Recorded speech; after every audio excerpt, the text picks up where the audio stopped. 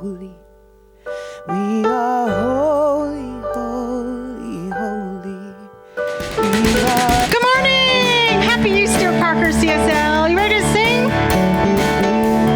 Here we go. Come on. Stand if you're it's able. Easter.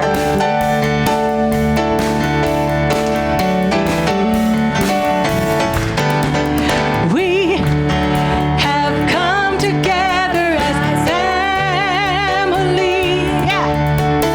We have come here as we are. Ooh, yeah. We have come with arms wide open. We have gathered here in love. Oh, Spirit is in this, Spirit is in this place. In this place. Spirit is in this, Spirit is in this place. In this place. Spirit is in this, Spirit is in this place. Raise the roof, here we go. Raise the roof with shouts of praise. Spirit's in this place. We sing. We sing in celebration.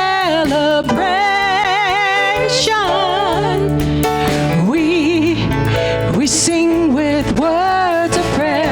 We sing with words of prayer. We declare all life as sacred. We affirm that peace. We affirm that peace is here. Oh, Spirit is in this, Spirit is in this place. In this place, Spirit is in this, Spirit is in this place. In this place, Spirit is in this, Spirit is in this place. In this, raise the roof for shouts of praise. Spirit's in this place.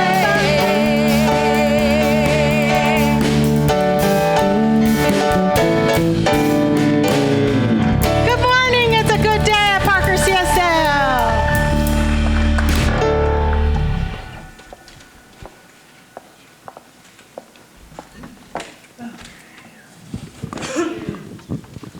Good morning. And as my father, Bob French, would say, Hoppy Easty. He was a character. Welcome. We are so glad you are here, and we welcome you to our community. If you are here for the first time, we hope that you find us a warm and welcoming and loving environment. If it's your first time, there is a table right over here that has welcome packets, and we would encourage you to take one. And if you want to fill out the card, then you can be added to our mailing list. We send one email a week, so we are not spammers. We have a fabulous community here of practitioners, and anybody in the congregation wearing a white stole, we have studied and studied and studied, and we are here to sit with you, to listen to you, to see you, and to pray with you should you have a prayer upon your heart. If that speaks to you, please reach out to one of us after the service, and we will find a quiet place, and we'll sit and have, sometimes we call them minute miracles, where we'll listen to you and we'll have a little prayer for you. So we hope that you'll take us up on that offer. Our altar today, good heavens. Yeah. Colleen, thank you so much. This is incredible. It's just beautiful and perfect for our Easter celebration. We do have a couple of new classes that are starting soon. Dr. Vern is going to be beginning a class on May the 8th and the 10th called Discovering Your Source. And we will, because obviously I'll be there, but we will all be sort of doing a deep dive into consciousness and the things that get in the way of clearing our consciousness and purifying our consciousness. And also, Dr. Yvonne will be offering a class on May the 17th called Heart Math. And both of these classes can be signed up for on our website. And if you have questions about the classes, the education table is back here with the purple tablecloth, and it has a list of all the upcoming classes that will be offered the rest of the year. Finally, after service, we encourage you to stay for potluck, and we'll break bread, and we will get to know each other better and enjoy a little Easter brunch. So we hope you'll join us for that. And with that, I'd like to introduce our practitioner on duty today, Luann, and she's going to come up and share a prayer with you. Thank you.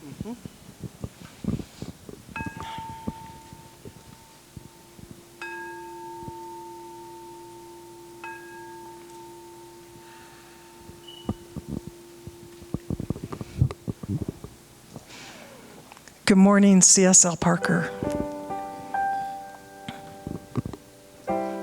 Let us go within. Take a breath from spirit. Let go of all stress and strain.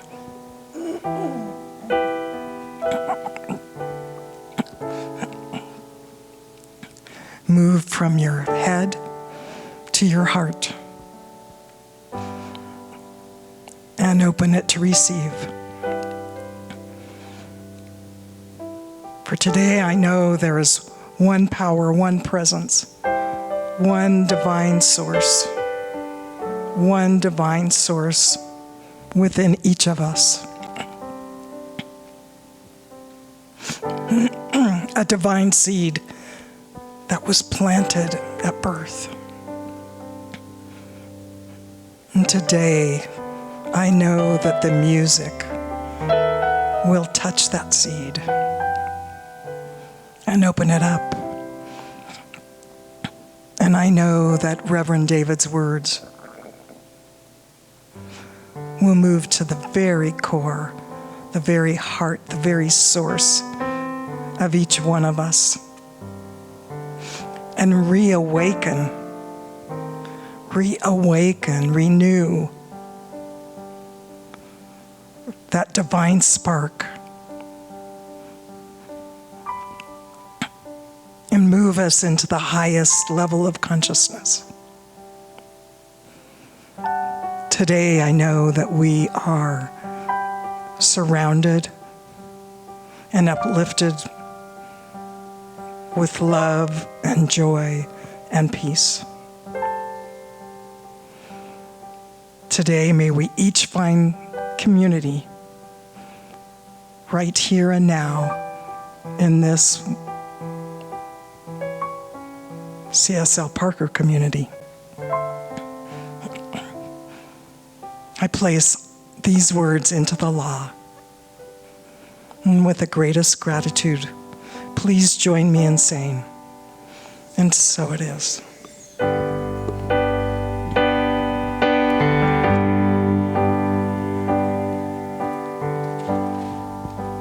Everything is sacred. Everything is filled with the divine. Everything is alive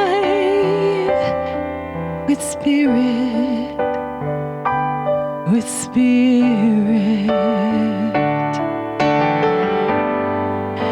Everything is a wonder, unfolding right before our eyes. Everything is alive with spirit, with spirit. Everything is a blessing, bursting from the earth and sky. Everything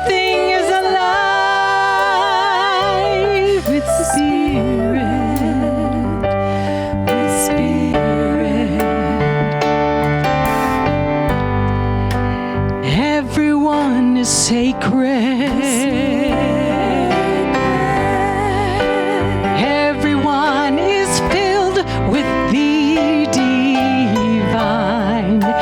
Everyone is alive with spirit, with spirit.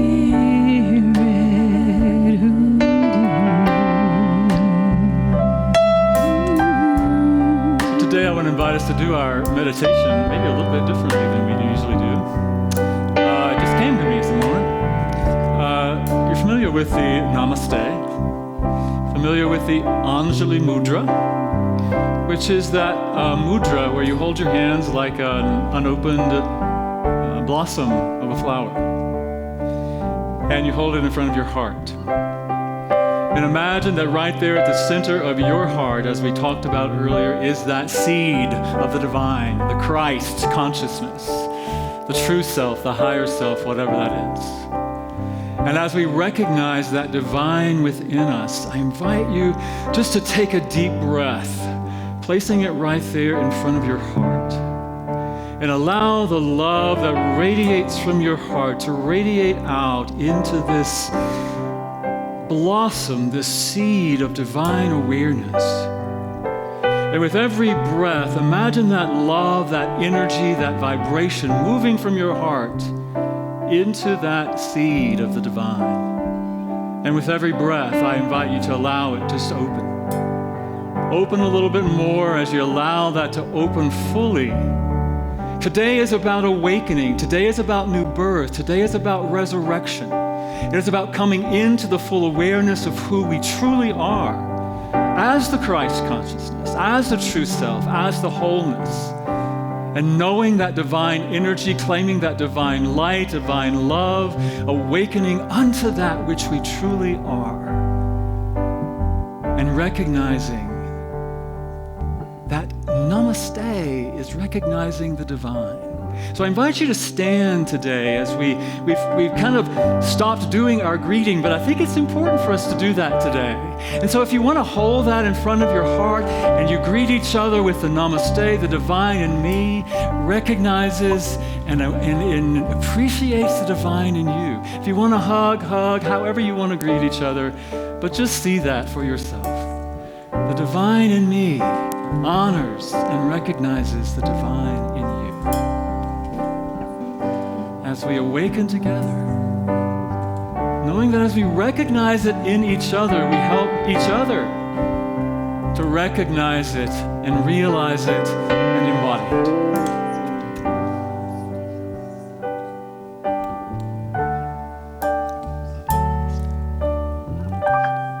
Namaste. Namaste. So as we come back together in our seats, once again, just breathe into that awareness that the divine that I am is awakened in this moment. And because I am awakened to the divine in me, I can recognize and appreciate and honor the divine in you and in all creation. Everything, everyone is filled with the divine. Everything is sacred. Everything is filled with the divine. Everything is alive with spirit, with spirit. Everything is a wonder, unfolding right before our eyes. Everything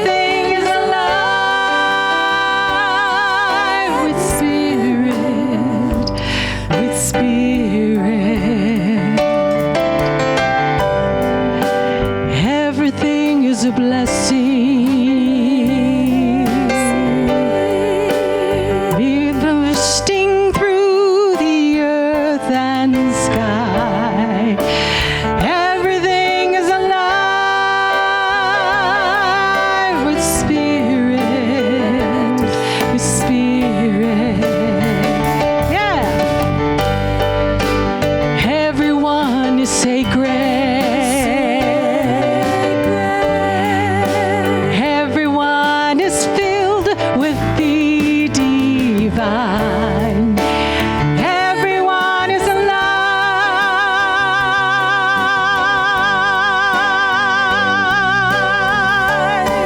with spirit.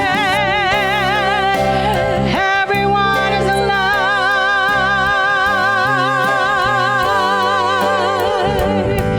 with spirit. Everyone is alive with spirit. Ooh, spirit.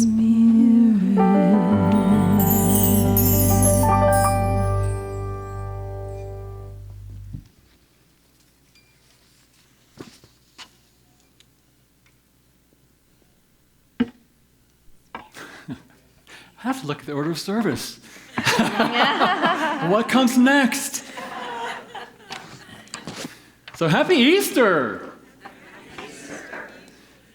You know, I was driving yesterday and I pulled up behind this car. Gave me a great laugh because I've been processing this for a while. Well, I'm going to talk about what is up with Easter. And so I drove up behind this car yesterday, and there were two bumper stickers on this car. And one said, "Do you know the way home?" And the next one said, "His name is Jesus." And I thought, that is it. That is the whole thing about Easter. And there's so many people around the world today who are celebrating what is arguably the most important day in Christendom. Would you agree that in Christianity? Because they're celebrating the resurrection of the man known as Jesus. They're celebrating that because that is salvation. It is his death and resurrection was atonement for sin. And so, wow, isn't that great to celebrate? But what do we celebrate? Why do we celebrate Easter? You know, when I first got into New Thought, I thought, what is this that we're celebrating Christmas and Easter? What is that all about? But what I came to this week as I've contemplated that is that we are celebrating the very same thing. The atonement that saves us from sin. How many times have you heard that in New Thought? The atonement that saves us from sin. Well, what is sin in our way of thinking? Sin is any idea, any concept, any way of thinking that is out of alignment with our truth. Who we are as that divine essence, as the possibility and the potential for what we might call the Christ, we might call our highest self, we might call our divine self, whatever word you want to assign to that. But any thought, any belief that we are separate from that, and when we come into atonement, which is at one-ment with the divine, as the divine, guess what? We're free. We're saved.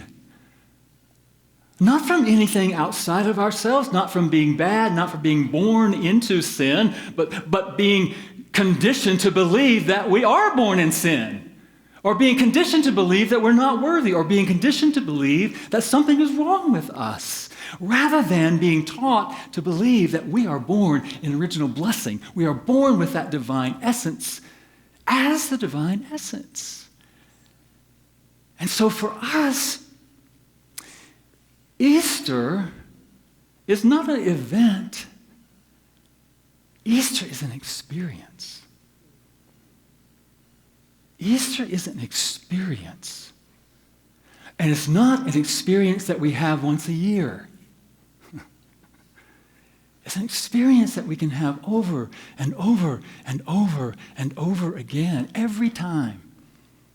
Every time we are willing to let go of our limited thinking, our limited ideas of ourselves, and to accept who we truly are. To come into alignment with who we truly are. And it is also, it is like this apex of this process that we go through, which Ernest Holmes called evolution.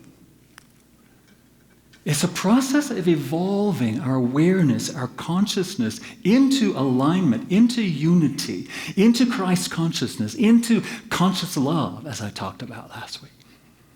We're always in this process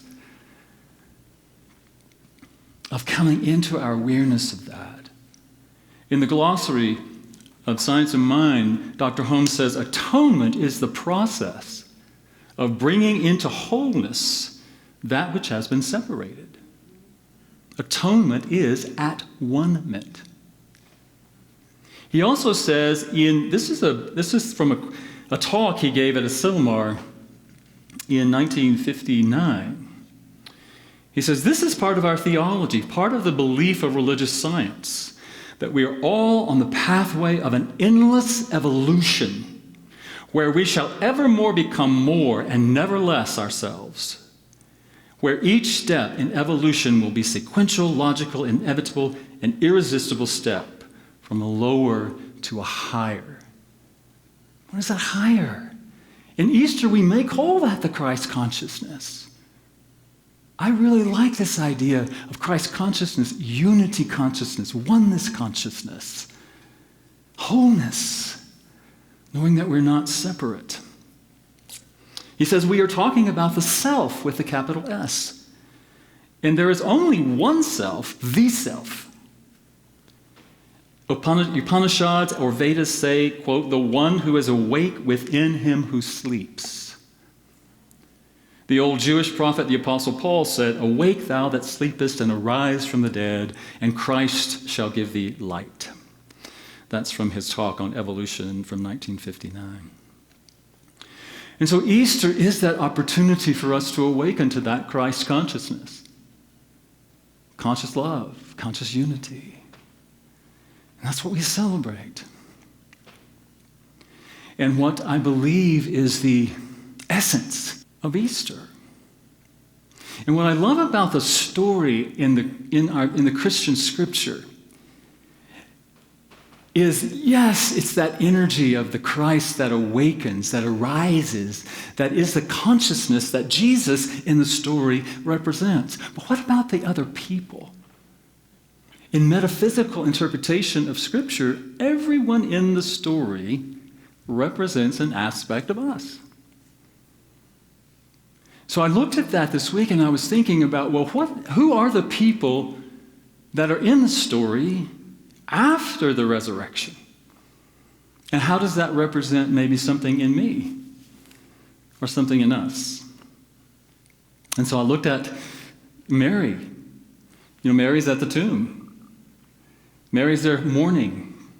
She goes to the tomb, the stone has been rolled away, and Jesus isn't there in the tomb. So she's looking in the tomb. Where's Jesus? Where'd he go? Who took him? Where'd they take him? She's mourning. Then Jesus is there, and she thinks she doesn't recognize him. She thinks he's the gardener. Until he says, Mary. And then she turns and recognizes him. Then she wants to hold on to him. She wants to touch him. She wants to know that it's real.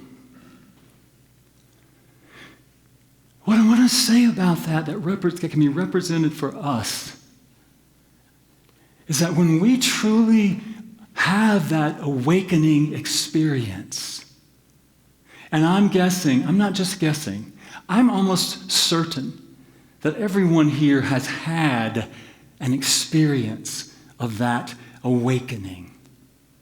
Some awareness of your higher self, some awareness of your Christ consciousness.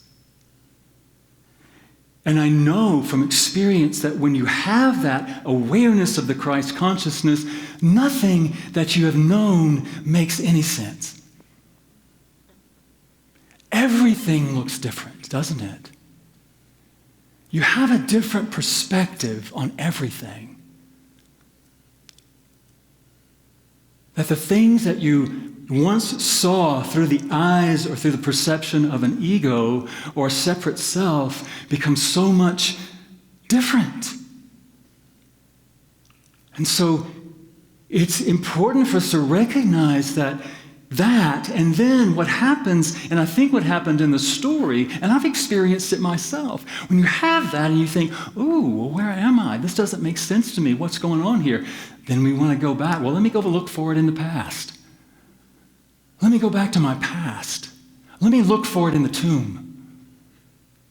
Yeah? Let me look for it in what has been. But we can't find it in what has been. That experience is now. That experience is now. And what I also know from experience, and you may have experienced this as well, when you have those experiences and somehow they begin to fade, then don't we just want to find a way to recreate them? And it's the same thing. We can't recreate something that has happened in the past. We have to be open to what is now. What is moving in me now? What is this Christed awareness? What is my higher self revealing to me now? And am I willing to have even a newer experience of the Christ? As Jesus said in the story, don't look for the living among the dead. That's past. That's old. You don't need that. But how often do we try to find it? And then how often, again, do we try to hold on to it, Like in the story. And Jesus said, don't hold on to me. One of the things I think later Jesus says, he said it earlier, that I've always thought was curious. He said, I go to prepare a place for you, that where I am, there you may be also. And what came to me about that this week was maybe he was saying, I have to go away so you don't depend on me. I have to go away so you're not looking to me, so that you can find it for yourself. He never said, worship me. If I follow me, follow me. And so that's, I believe, our awakening to the Christ. I want to share with you another reading from Dr. Holmes, and this is from his meditation on mysticism. Well, let me just say this about something else. I forgot. You all should have received an envelope when you walked in. And in the envelope, there's a marker, and there are 3 hearts. And hearts obviously represent love. And so what I thought we would do is I'm going to be talking about 3 characters from the scripture. Mary was the first. And so as we go through this, and Cheryl's going to be singing, I want you to think about a word or a phrase. It can't be a phrase because it won't fit on here, but a word or maybe 2 words that represent your willingness to awaken and to be present. And let me just say for Mary, I'll just give you an idea. Some of the things that came to me was now, surrender, release, behold, transform. Words that you can take to heart and allow them to be your guide as we, again, move through this ever-unfolding process. So Dr. Holmes, in his meditation on mysticism, says this: Eternal Spirit with us in us, blessed life and infinite peace. Everything that denies this, we deny. Everything that affirms the living presence, we announce. And all the past, whatever we believe it may have been, and every negation is wiped out, and there is no past. Every expectation of the future is wiped out, other than the affirmation of the present, which says, behold, I make all things new.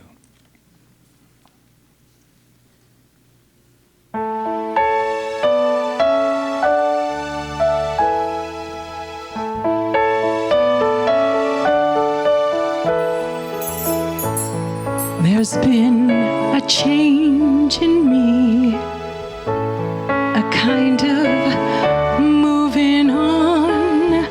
I found this light in me I can depend upon, and now I realize that faith is all I need.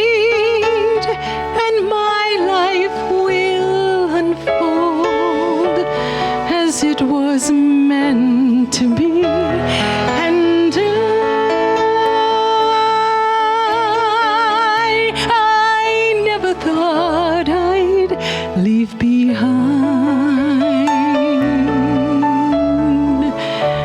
my fear and doubt, and now I find I can create the world I see. No change of heart, but a change in me.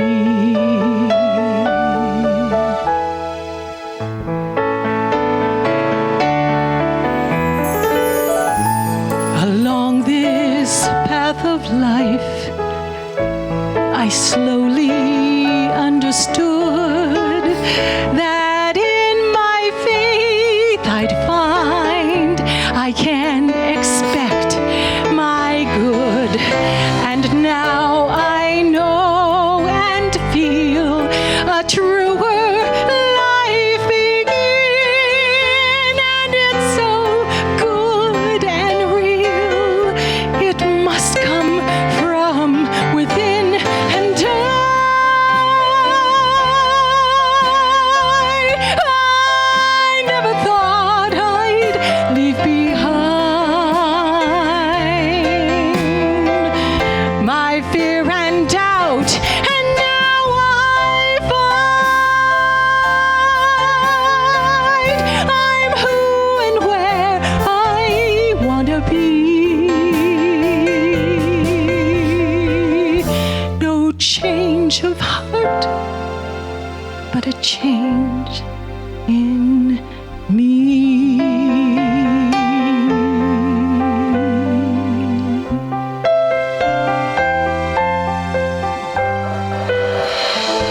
No change of heart, but a change in me.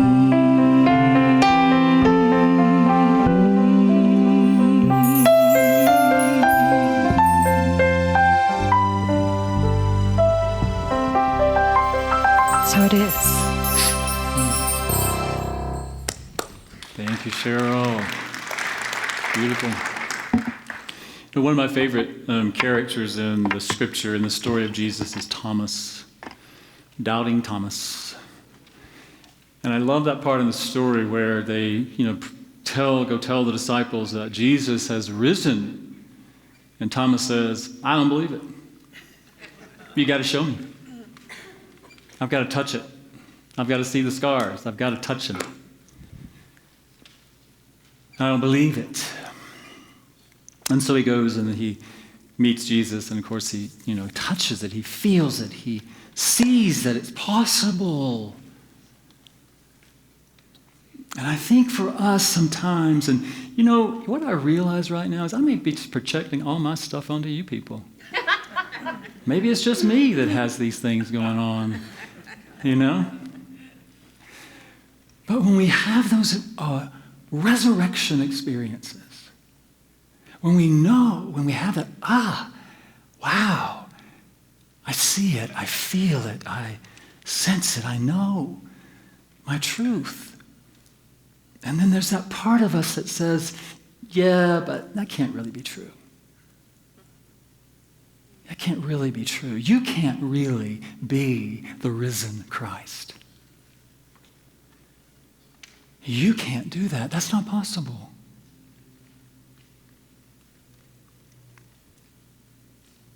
And what I think is so important for us to remember is that we already are that. We already are that, as Dr. Holmes talks about. That is what is involuted in us, as a very out picturing of us. We are individuated expressions of that. It already is us. And our opportunity is to continually evolve in our understanding, in our awakening, in our expression of it. And I think sometimes, and again, I may just be projecting, but sometimes I think we do doubt that it's possible for us to truly be the embodiment of Christ consciousness. Not just to have an idea of it, not just to have an experience of awakening to it, not to just have our resurrection experience, because all of that is beautiful, all of that is wonderful. But what about embodying it? What about being it in the flesh? Can we really accept that we can be that? That we can truly be that? I think it's important for us to do that, to believe. I love that Colleen brought the believe sign here, because that's what it's about. Continuing to affirm, I am that, and I believe that I be that. Not just that I am that. You know, that's the thing I love. I'm going to start preaching again. I love this idea we say, I am, I am, I am. And that to me, and this is what's coming to me, is that I am can be static. I am peace, I am love. But what about I be it? I be the beingness of love. I be the expression of love. I be the beingness of peace. I be the expression of peace. I be the embodiment. As Dr. Holmes said, you have to become that. The vibration of it, the energy of it. And what if all of that, what if all of the peace, all of the joy, all of the love, all the prosperity, all the wholeness, all the ideas that we have are just expressions and vibrations and frequencies that are part of the Christ consciousness. So can we really be that in the world? Dr. Holmes says in his 1933 commentaries, he says, the great mystics like Jesus have taught us that as we enter into the one enters into us and becomes us and is us. Jesus said, we will make our home in this man. They have taught then the mystical marriage, the union of the soul of humanity, I'm changing the word, with the soul of God and the unity of all life. And then he says in Ideas for Living, to find our true center is one of the greatest quests of life. To discover God within is the greatest thing that could happen to anyone. The miracle which follows such discovery changes the whole personality. A new power surges into it through the revelation of divine presence at the center of its own being.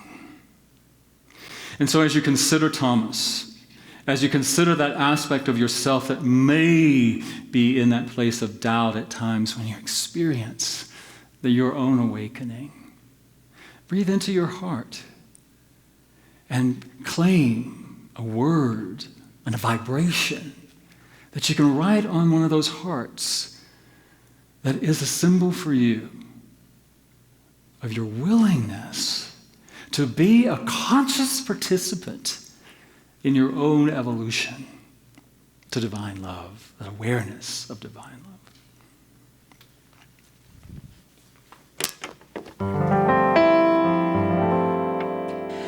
Bring it on, everything new, everything different, everything true. I am ready for my next thing to do. Oh, I know it's gonna be everything new.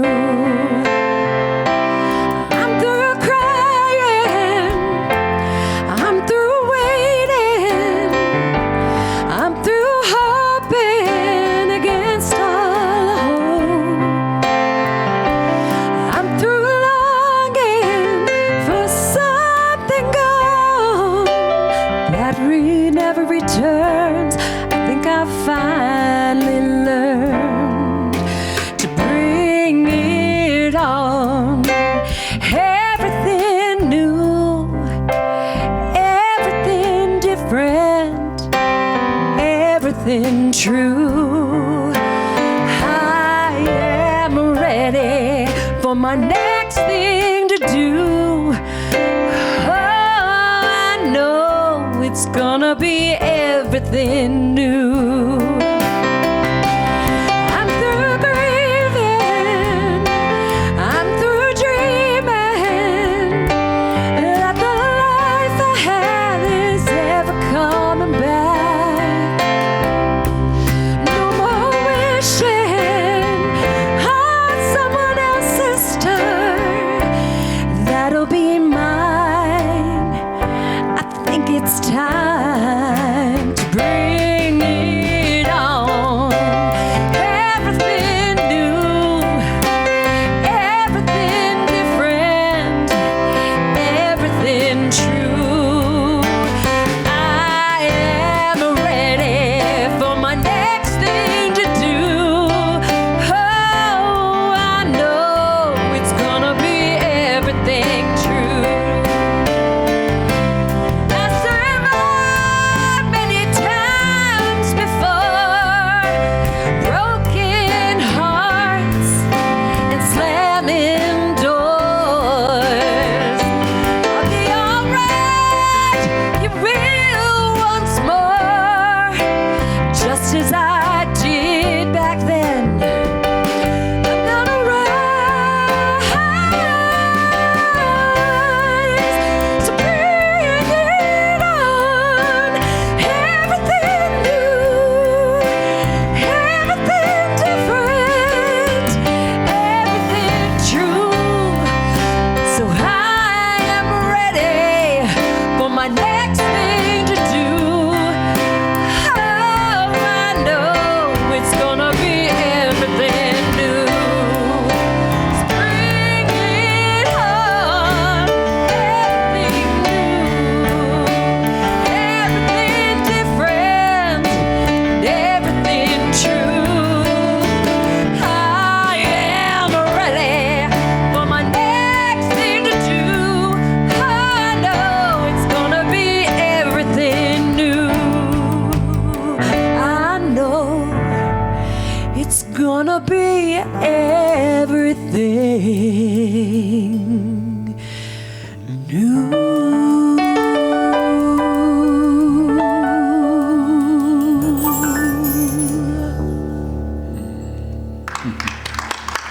Thank you, Maren. Bring it on, baby. Everything new, everything different. Are we really, really willing to pray that? Bring it on. Bring it on. Because I know it's going to be new.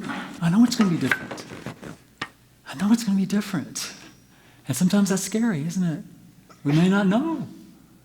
We may not know. In fact, we probably don't know. Are we willing to then step into what's new? What's now? What is calling us into being? One of my other favorite characters in the story is Peter. You know, Peter was the one who Jesus said, well, you're going to deny me 3 times before the cock crows, you know. And Peter did. And there's not really much in the story about the encounter that Peter had with Jesus, but what I think is so important about the story is that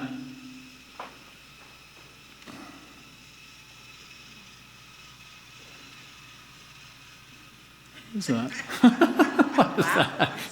What is so important to me about Peter in the story is that when we have that awareness, that awakening, where we know and we see differently, we perceive differently, we act differently, if we're willing to, really embody that. Be that in the world bravely and boldly. Sometimes people aren't going to like it. And sometimes we may begin to shrink away from that, to somehow step back from that, just to try to belong.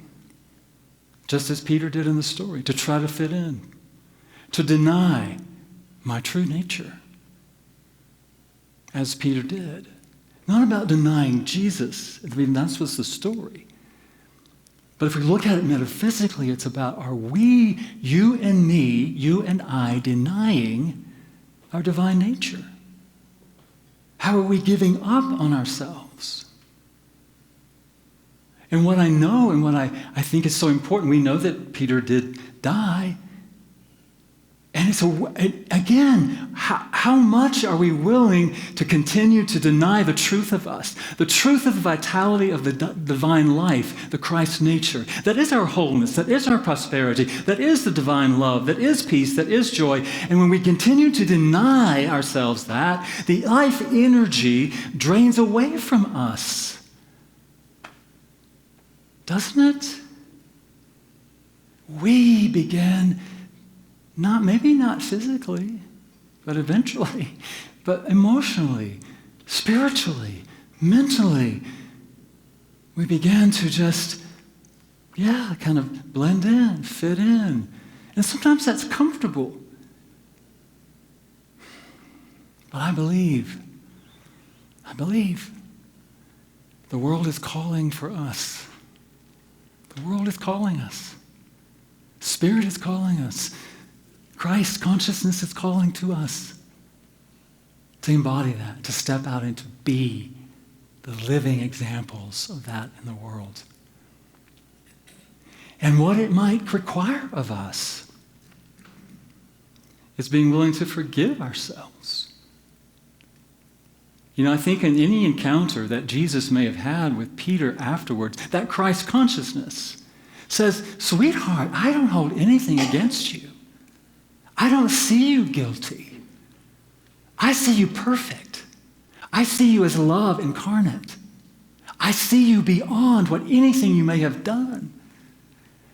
And so your Christ consciousness, your true nature, God within you sees you as that.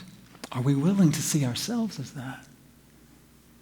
Forgiveness is about releasing the energy that binds us. For unforgiveness is the creation of our own tombs.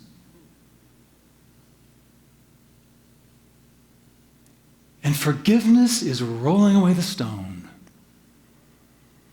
so that we can claim and know and walk in our Christed nature. So are we willing to forgive ourselves, anyone that we hold any blame or resentment or unforgiveness?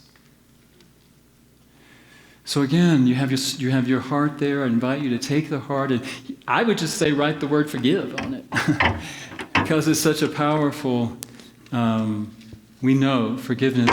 I love that Rocco Errico, I don't know if he's still in Science of Mind magazine, but he teaches about the Aramaic language and how it translates. And he said in one of his articles that the word that we use for forgive in the Aramaic really meant to untie the knots that bind. And so unforgiveness, if you think about it from that way, are the knots. As I said, maybe the tomb, the knots that bind us. So are we willing to release and let go, untie the knots so that we are free? We are free. I said earlier, and I think I meant to say it at the very beginning, that this evolutionary process is happening within us. It's always happening within us. But guess what?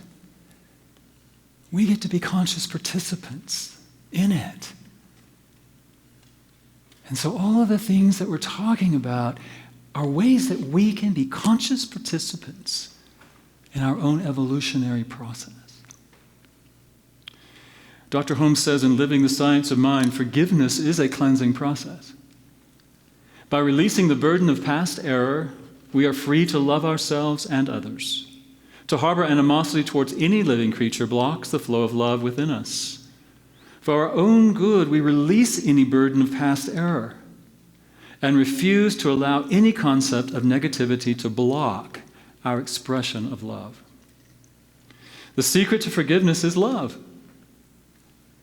When we love, fault-finding is impossible.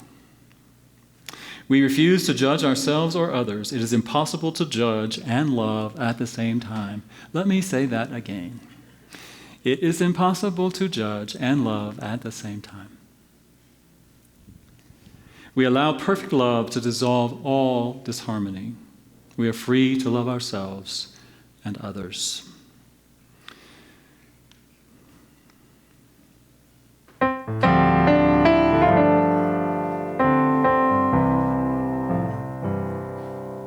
I forgive me.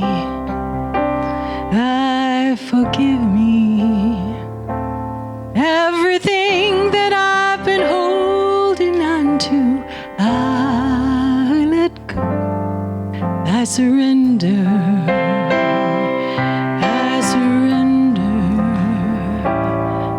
I'm ready for my change. I'm ready for my change. I forgive them. I forgive them. Everything that I've been holding on to, I let go. I surrender. I surrender. I'm ready for my change. I'm ready for my change. But take a moment, close your eyes, and take a breath. And just imagine there is that knot there, this right in front of your heart, that energy that is blocking your fullest expression of your love, the love that is the very nature of your being. Just feel that energy. And as we did earlier, invite yourself to breathe into that place of knowing. You may even want to do the Anjali Mudra again, just holding that in front of your heart, feeling the energy of love, radiating out from your heart. Knowing that love is the power that harmonizes, love is the power that heals. Love is the vibration of the divine life energy, living itself, expressing itself, evolving itself as each of us. And so feel that love radiating from your heart out into whatever that energy is that might be blocking any energy. So love is the source of forgiveness. Love is the source of the healing. Love is the source of the letting go. So whatever you're willing to just forgive yourself for, just know that love sees you whole. Love sees you perfect. Love sees you as itself, expressing itself, awakening unto itself. And if you hold any resentment or blame against another, note that that too blocks your expression of love. So hold that. Feel that energy blocking you, and just, again, radiate that love out into that energy that is unforgiveness, resentment, blame. Allowing love to be the power that releases, frees you. Have your resurrection experience, because you are consciously participating in your own release, your own so-called salvation, your freedom, your atonement with knowing who you truly are is your salvation, is your resurrection, and the promise, the embodiment of your divine self. So just breathe into that and invite you to sing along as we sing this song again. It's important to feel that energy. I forgive me. I forgive me. Everything that I've been holding on to, I let go. I surrender. I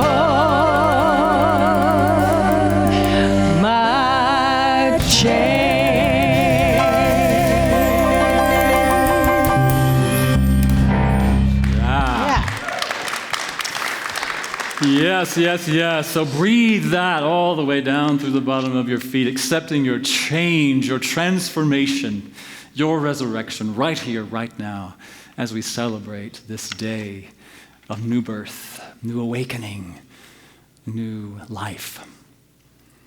So we breathe it in, we claim it.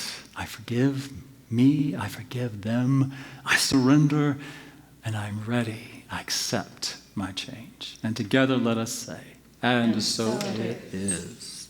So as our ushers prepare to come forward and receive our offering, I invite you to take what you're going to share this morning, hold it in your heart, hold it in your hands. If you share it in other ways, thank you. We so appreciate the abundance that we enjoy here at CSL Parker. So hold that in your hands. Know that it is an expression of that love, that light that expresses and lives itself in and through and as you. Know that you are blessed in the receiving. You are blessed in the giving. And we are so grateful. We are so blessed. And so let us say together, and so it is.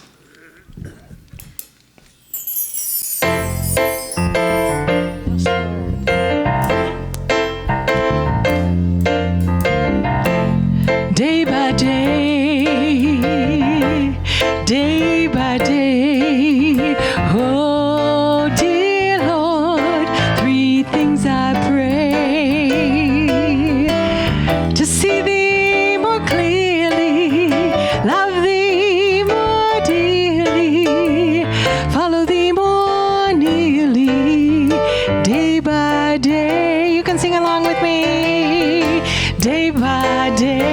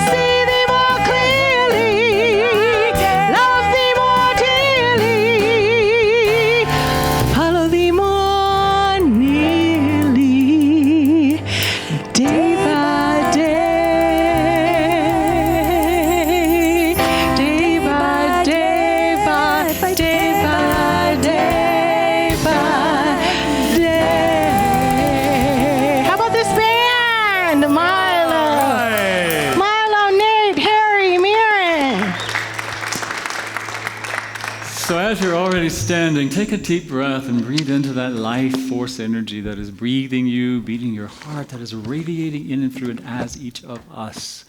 And we're so grateful for how that reflects itself, shows itself, reveals itself, demonstrates itself through these gifts and offerings this morning. We are so blessed. We receive these gifts in love, and we share them in love. And we are so grateful. And together let us proclaim, and so it is. One thing I want to say is that when you were singing the song, I thought about something that someone shared with me. This idea of Lord, I like this idea that Lord is the self existent one within us, the Christ within us. And so may we follow that. May we own that. May we live that more clearly, more dearly. I do have one more, you can sit down. One more quote I wanted to share with you from Dr. Holmes. And this is also from his meditation on mysticism. Deep within us is the living wellspring of our being. Beyond the pairs of opposites, good and evil, mind and matter as dualism, and beyond the limitation and fears, and beyond the faith, just as beyond the doubt, and beyond the hope, and beyond the height of our earthly vision, that which is without dimension. And deep within our souls shines an eternal light, and in that light there is no darkness. That mystic light that envelops everything we contact, heals and blesses everything we touch. And also from Ideas for Living, he says we should give ourselves in love and in service to others, in a spirit of generosity and good fellowship. To refuse to give is to refuse to receive, for everything moves in circles. Real giving is the givingness of the self. A kind word, a thoughtful act, perhaps just a smile, can help lighten the burdens of others. Shall we sing? Shall we sing together? We get to hear the beautiful Reverend's voice this morning, so yeah.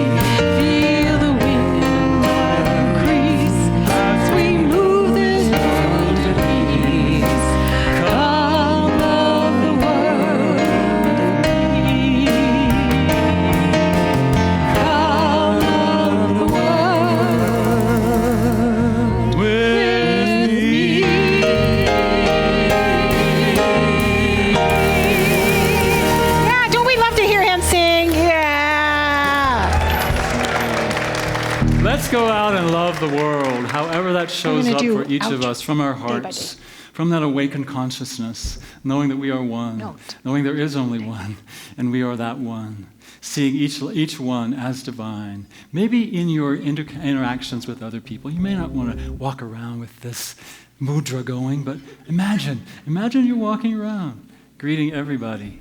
The divine in me honors and appreciates and recognizes the divine in you. Give love, share love, take care of each other. Have your resurrection every day, and so it is. It is.